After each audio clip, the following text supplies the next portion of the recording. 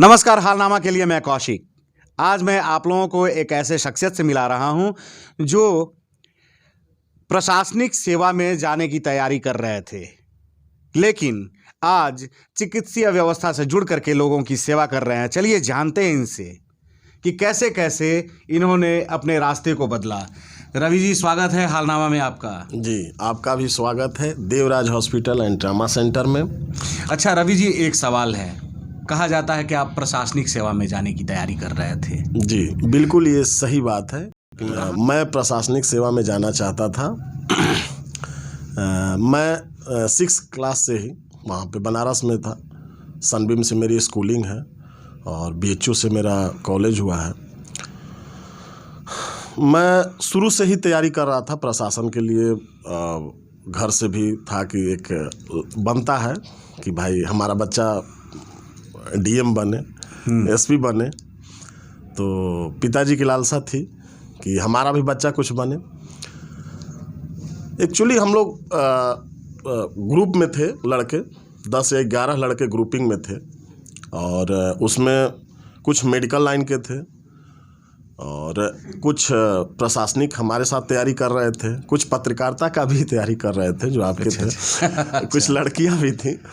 तो ऐसे ही बैठे बैठे जब हम लोग की अपनी डिस्कस होती थी तो इस चीज़ को साथ में मतलब वार्तालाप होता था कि क्योंकि BHU से थे तो ट्रामा में हम लोग मतलब किसी अपने ग्रुप में किसी का तबीयत खराब हो जाए तो हम लोग जाते थे दिखाने इस चीज़ को। तो वहाँ हम लोग अधिकांश पेशेंट को हम लोग बिहार से देखते थे। अच्छा, अपने क्षेत्र के लोग? अपने क्षेत्र के लोग को बक्सर से देखते थे, आरा से देखते थे, भोजपुर जिला से देखते थे। तो मतलब उस समय तो वो कंसेप्ट नहीं था कि मतलब ये चीज़ नहीं थी अभी कि इस व्यवसाय से जुड़ा। हाँ, इस व्यवसाय से, क्योंकि उस समय तो प्रशासनिक तैयारी हम लोग चरम सीमा पे कर रहे थे अपना।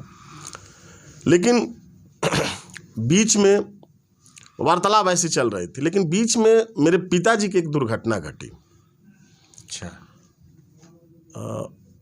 पिताजी हमारे ब्रेन हेमरेज कर गया 12:45 पे। ये कब की बात है? ये 2018। अच्छा। 2018 जनवरी की बात है। 2018 दिसंबर या नवंबर की ऐसी बात है। तो वो हम लोग चर्चा ऐसे करते थे कभी कि मतलब बक्सर से क्यों लोग आते हैं, हम लोग देखते थे। लेकिन जब पिताजी की तबीयत खराब मतलब यहाँ की व्यवस्था को आप लोग देखते थे? हाँ, कि मतलब आखिर वहाँ क्या नहीं है जो यहाँ लोग आते हैं लेने। बक्सर तो अच्छा है, जिला है, चिकित्सा और शिक्षा है, वहाँ अच्छे अच्छे नेता हैं, होते हैं, क्योंकि मेरा जन्म और कर्म दोनों बक्सर से है। लेकिन मैं एक बीच में बात जरूर कहूँगा कि बक्सर में शिक्षा और चिकित्सा का व्यवस्था जो है काफ़ी लचर है। हाँ, ये दंश तो आप लोगों को हमेशा रहे। हाँ, मतलब आखिर अगर थोड़ा सा कंडीशन खराब है तभी तो पेशेंट वहाँ आ रहा है। मतलब नॉर्मल कंडीशन में भी आ जा रहा है, नॉर्मल एक्सीडेंट में भी आ जा रहा है। जैसे प्लेटिंग हुई, रॉडिंग हुई, तो मतलब वो वहाँ के BHU के लिए नॉर्मल कंडीशन थी।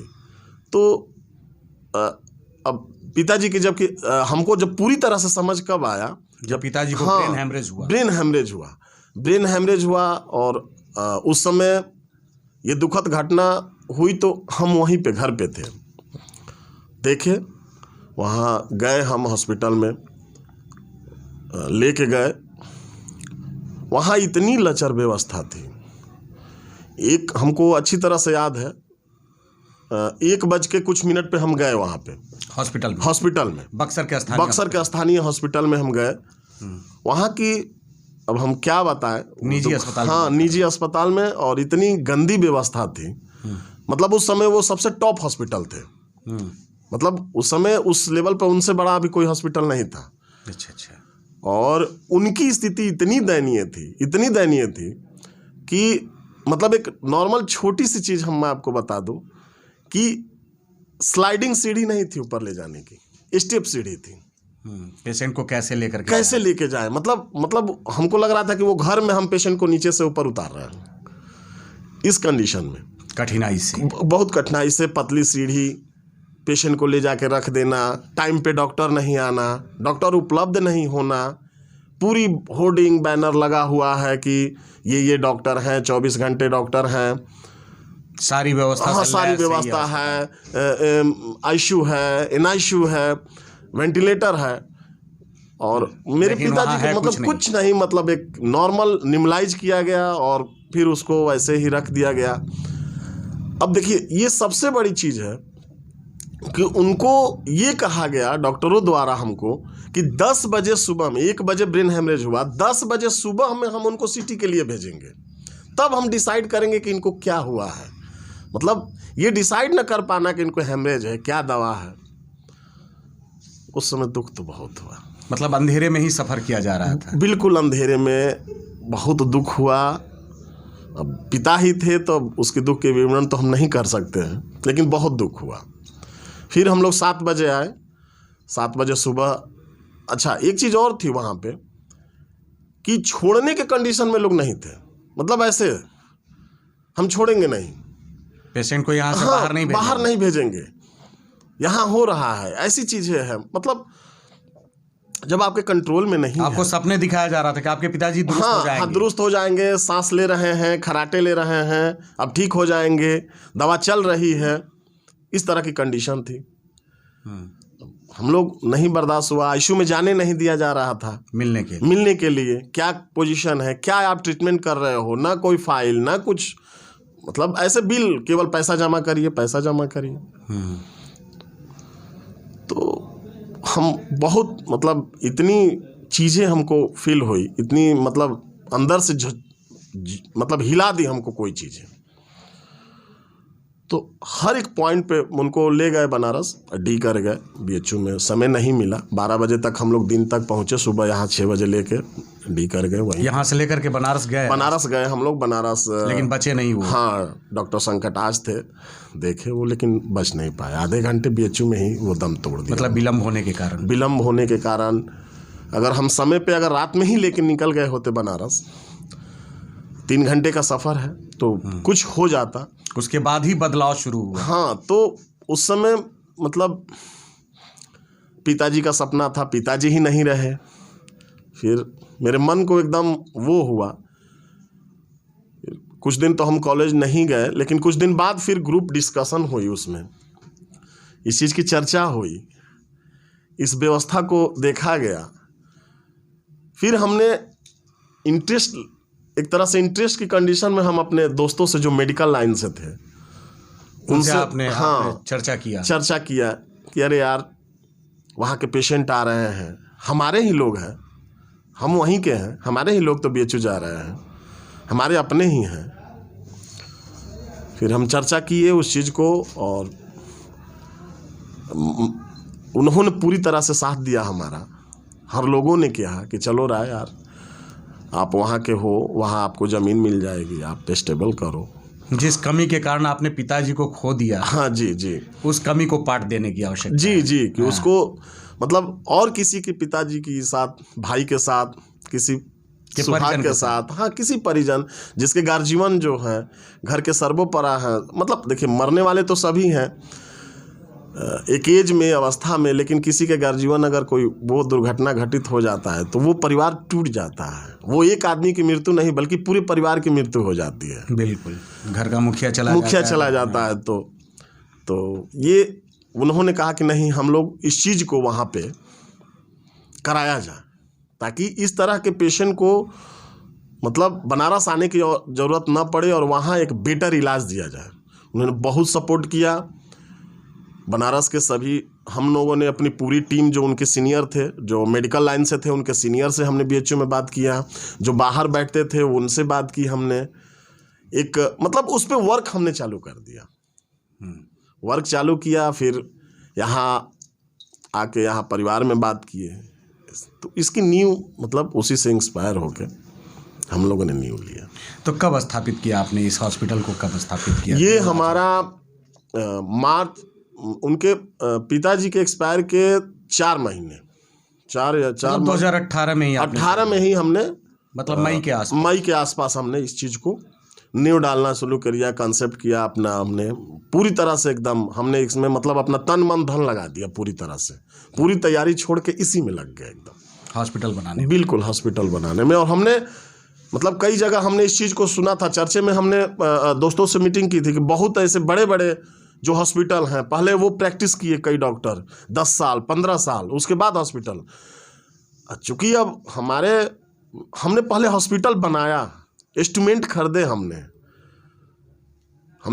पहले हॉस्पिटल को मतलब एक खड़ा कर दिया एकदम, स्ट्रक्चर उसकी मजबूत की हमने।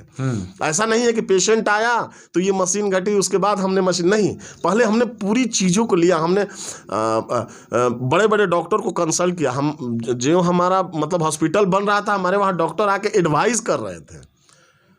RD गुप्ता कार्डियो वाले, doctor Shashi Mishra apex Apollo से, डॉक्टर अभिषेक राय ऐसे आदमी, नहीं सारे डॉक्टर्स आते थे यहाँ पे। नींव पड़ता था तो नहीं यार रवि ऐसा है ना कि इसको OT को ऐसे कीजिए, अच्छा। इतनी स्पेस करिए, मतलब सारा कुछ हाँ, उनके देख रेख में, उनके मतलब बड़े बड़े सर्जनों के देख रेख में। इसलिए अब अगर कुछ OT में अगर गलतियां भी हमारी होगी तो वो मेरी नहीं होगी, उनकी होगी। अच्छा, क्योंकि वो आके एडवाइस किए हैं इस चीज़ को कि नहीं आप ऐसे करो, इतनी स्पेस OT को दो। अच्छा, लोग कहते हैं कि आप सोशल हैं, आपने काफ़ी कुछ खोया भी है, अपने पिताजी को खोया तो बहुत कुछ खोया आपने। जी जी। मैं ये जानना चाहता हूं कि आप सामाजिक किस तरीके से हैं, आप लोगों की सेवा किस तरीके से करते हैं। देखिए, लोगों की सेवा का कोई सीमित क्षेत्र नहीं होता है, लोगों की सेवा तो अनंत है। देखिए, अपने क्षेत्र में हम लोगों की सेवा का कंडीशन ये है कि 2-3 चीज़ का हमने बहुत बड़ा ध्यान रखा है मेडिकल में। हमने, क्योंकि हम उस चीज़ से गए हैं इसलिए हम बता रहे हैं। पहले मरीज आता है तो देखिए, कोई विपत का मारा आता है, हमारे वहाँ खुशी से कोई नहीं आता है। तो मरीज पहले आता है तो उसके सर पे प्रेशर नहीं होता है कि आप पैसा जमा करिए, फॉर्म फिलअप करिए, तब हम आपका इलाज करेंगे। उस मरीज को तुरंत ही हम लोग एडमिट करते हैं, जहाँ भी ले जाना हो, माइनर OT, ICU या जनरल वार्ड में, पहले उसका इलाज चालू करते हैं। पैसे का प्रेशर नहीं है, उससे पैसे की कोई दिक्कत नहीं है। पहले आप मरीज को दीजिए, मरीज को हम अपना दवा चलाने लगते हैं। पहले मरीज बचना चाहिए, क्योंकि अगर मरीज बचता है, अगर हम आपको रिजल्ट देते हैं तो आप भी खुशी से कहोगे कि पहले मेरा मरीज बच गया ना, उसके बाद भी पैसे की आपकी माइंड फ्री हो जाएगा।